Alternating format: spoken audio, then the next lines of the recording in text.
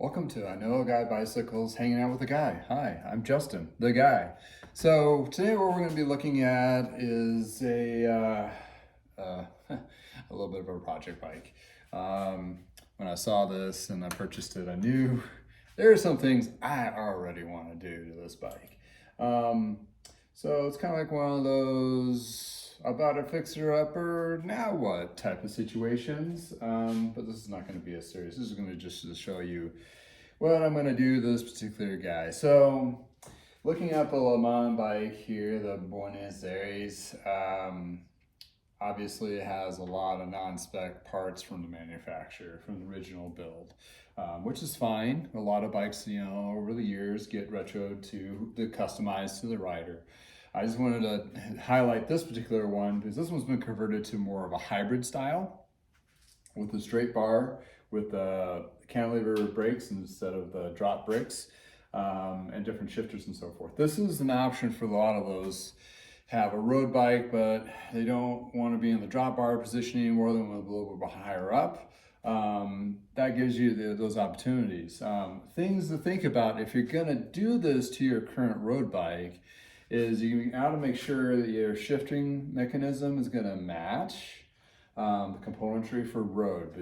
Those are two different elements. You're looking at mountain bike shifting versus road bike shifting, and there is a variation, as well as the brake levers have a different pull to them. So the newer version replacements there are with it's Claris is one of the road lines from Shimano, and they actually make a Claris trigger shifter with brake lever combination, which I do have a set. I pulled off another bike, if I can get it out of my little pile of stuff.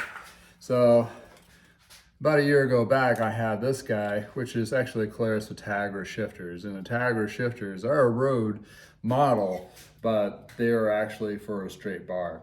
You'll find these on a lot of hybrids or upper end hybrids. So you're basically kind of doing the same thing.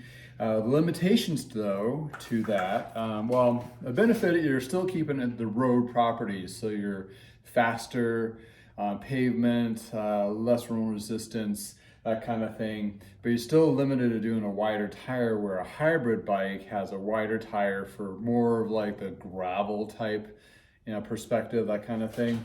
So I'll be taking this kind of mechanism off of this, and try to bring it back to close to the original condition or parts.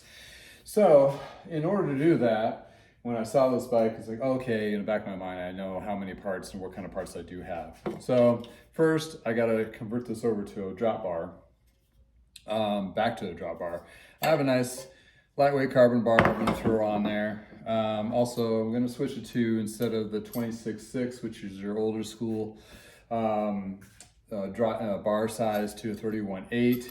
So it's more accessible to the newer stems, or have more adjustments available for whoever purchases this bike.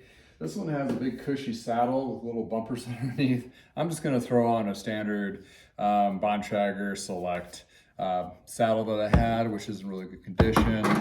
I do with all my bikes. I put on new platform pedals. This one has funky brakes. They almost look like they're brake pads for carbon rims, which that is not a carbon rim, obviously. So I'm going to be putting on some new brake pads.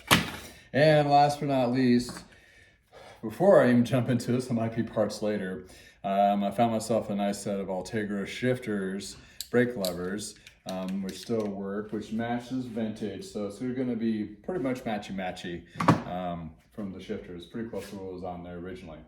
So that being said, gonna have to take all this stuff off, which is really not that big a deal. You saw, yeah, just rip it off and I'll disassemble it later. And I'll take the drivetrain.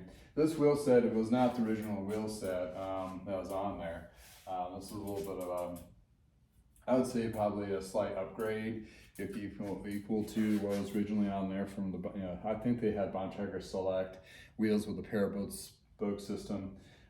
Either something happened with those, or they replaced them. And also, this bike it's seen some wear.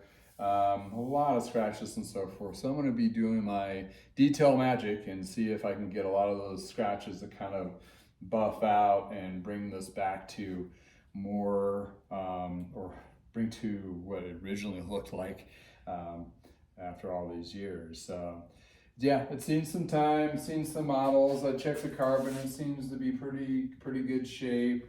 This is one of those spline bikes too, which is a carbon steel, which was very unique, which I talked about before.